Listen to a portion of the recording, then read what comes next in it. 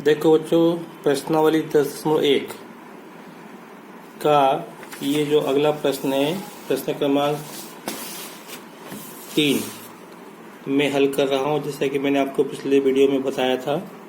तो ध्यान से देखें। तो ये कोई वृत्त है जिसका केंद्र O है और इसकी त्रिज्या कितनी है? ये त्रिज्या दी है 5 सेंटीमीटर। इस वृत्त के केंद्र से वृत्त का केंद्र और जो है जाने वाली रेखा, इस केंद्र से होके जाने वाली रेखा किसी बिंदु Q को मिलती है और ये इस प्रकार मिलती है कि OQ बराबर कितनी है? 12। ये OQ कितनी है? 12 सेंटीमीटर है। और हमने Q से हमने एक स्पर्श रेखा खींची।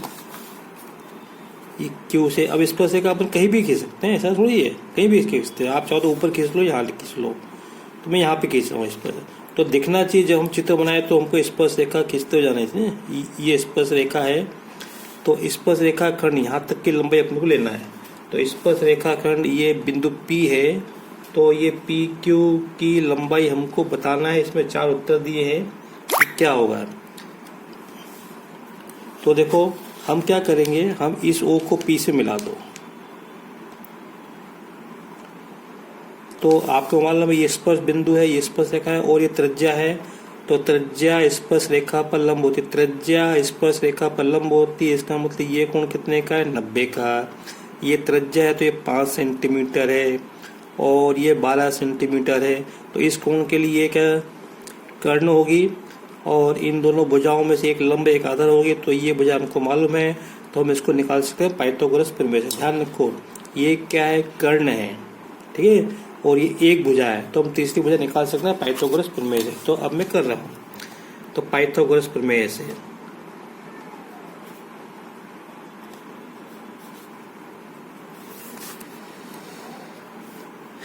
वही क्या मालूम है? कर्ण का वर्ग बराबर एक भुजा का वर्ग प्लस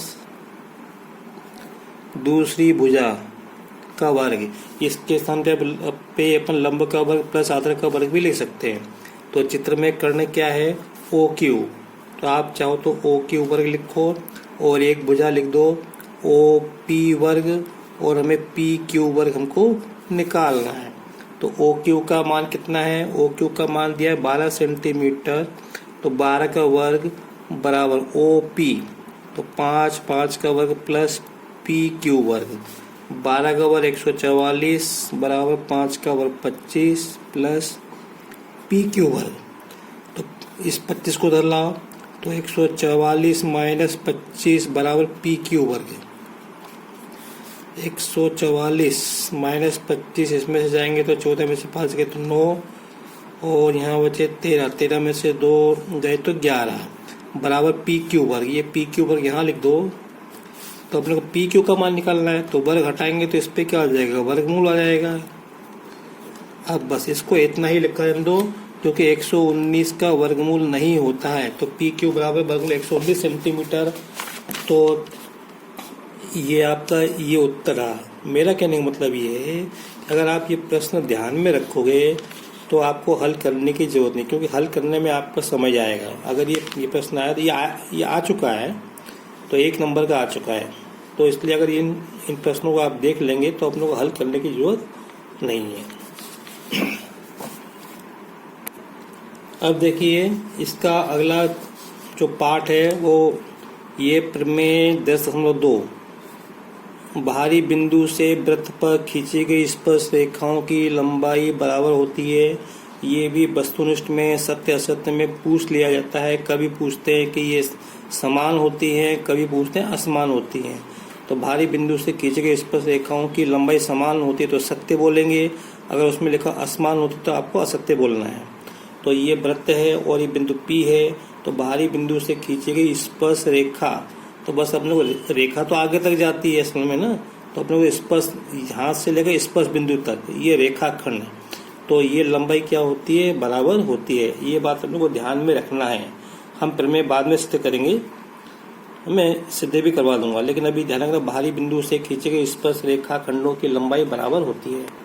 देखो बच्चों ये वृत्त है और यहाँ पे मैंने एक बिंदु ले लिया बाहरी बिंदु, तो इससे मैं दो स्पर्श रेखा खींच सकता हूँ। तो जैसे आप देख लो यहाँ पे ये इस बिंदु से तो एक स्पर्श रेखा खंड ये खींचना, केवल स्पर्श बिंदु तक खींचना है ना। एक यहाँ पे खींचेंगे तो ये जो स्पर्श रेखा खंडों के स्पर्श रेखा खंड ये जो लंबाई यहाँ से तक ये लंबाई इसके बराबर होगी। तो बाहरी बिंदु से खींची गई स्पर्श रेखा खंड या स्पर्श रेखा की लंबाई क्या होती है, बराबर। अगर मान लो जैसे आप देखेंगे ये यहाँ पे, जैसे यहाँ पे ये कितनी दिख रही है, यहाँ पे 4 दिख रही है, तो ये भी आपको यहाँ पे 4 दिखे। देखो आप ये 4 तक आ रही है, तो 4 आप कहीं भी, जैसे मान लो मैंने यहाँ पे एक बिंदु ले लिया, यहाँ से आप खींचो, ये बिंदु P ले लिया। अगर मैं इससे स्पर्श रेखा खींचूंगा तो देखो ये इस तरह से आएगी और यहाँ पे ये आएगी, कहीं यहाँ पे कहीं तो भी इस तरह से आएगी। तो ये जो लंबाई होगी इसके बराबर होगी। आप यहाँ से भी खींच सकते हैं, यहाँ से इसके ऊपर। तो कहने का मतलब ये बाहरी बिंदु से वृत्त पर खींचे गए स्पर्श रेखा खंडों की लंबाई बराबर होती है। इससे संबंधित फिर में अपन बाद में सिद्ध करेंगे। एक बात और मैं आपको बता दूं, ये जो वृत्त का केंद्र है, ये वृत्त का केंद्र है, तो इसको अगर मैं इससे, ये जो दोनों त्रिज्याओं के बीच में जो कोण बन रहा है ना, तो अगर अपन ये केंद्र को अगर मैं इस बिंदु P से मिला दूं तो ये कोण इसके बराबर होगा। अगर मान लो ये पूरा कोण 60 का है तो ये 30-30 के होंगे, अगर ये 50 का है तो 25-25 के होंगे। देखो बच्चों ये प्रश्नावली 10.2 ये यहाँ पे ये प्रश्न दिए हैं और इसमें भी 4 उत्तर दिए हैं। तो मेरा करने का अगर ये आएगा तो 1 नंबर में आएगा। तो अगर अपना हमारा ये प्रश्न हल किया होगा तो हम बिना समय गवाए, ज़्यादा समय खर्च किए हम इसको हल कर सकते हैं। नहीं तो हम अगर आप इसको हल करेंगे परीक्षा में बैठ के तो हमें 5-10 मिनट चले जाएंगे। इसलिए अगर अपन पहले से अपनी तैयारी होगी तो हमें उत्तर मालूम रहेगा। तो देखो क्या दिया है, एक बिंदु O से एक वृत्त पर स्पर्श रेखा की लंबाई 24 सेंटीमीटर तथा Q की केंद्र से दूरी 25 सेंटीमीटर है, तो वृत्त की त्रिज्या क्या होगी।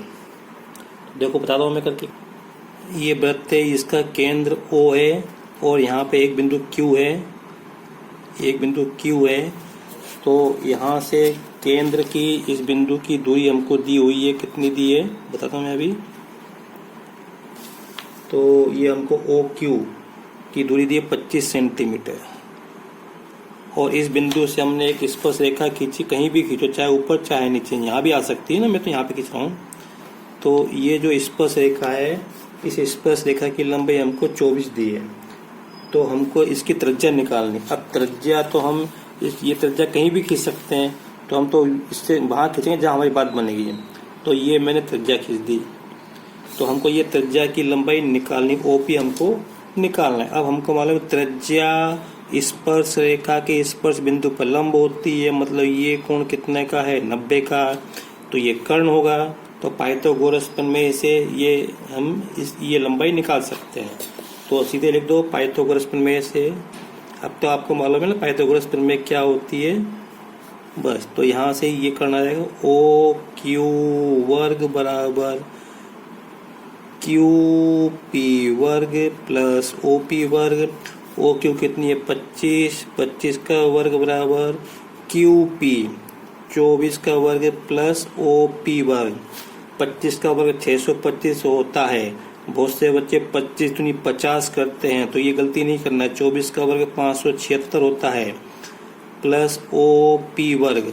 तो यहाँ से हो जाएगा OP वर्ग बराबर 625 माइनस 576, घटाएंगे तो 15 में से 6 गए तो 9 आएंगे और यहाँ बचा 61, 157 तो 4 आएंगे, 49 आया।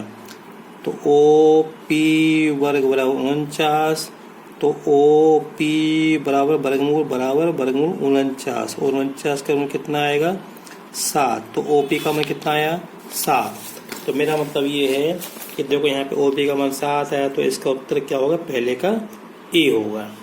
मैं फिर से कह रहा हूँ आपको, कुछ ऐसे नंबर होते हैं जिनको ध्यान में रखें। जैसे मैंने कहा 24, 25, 7 है ना, 24, 25, 7, 3, 4, 5, 20, 21, 29 और 13 और 12 का भी संबंध है किसी नंबर से, तो ये हमको याद नहीं। अगर अब ये हमारा प्रश्न पहले से किया हुआ है तो हम इसको हल करने में ज़्यादा समय खराब नहीं करेंगे। अब इस वीडियो में इतना ही, क्योंकि वीडियो लंबा हो रहा है। बाकी के प्रश्न में अगले वीडियो में आपको हल करवा लूँगा। Thank you. अगर आपको मेरा वीडियो पसंद आया हो तो इसे लाइक करें, शेयर करें और सब्सक्राइब करें।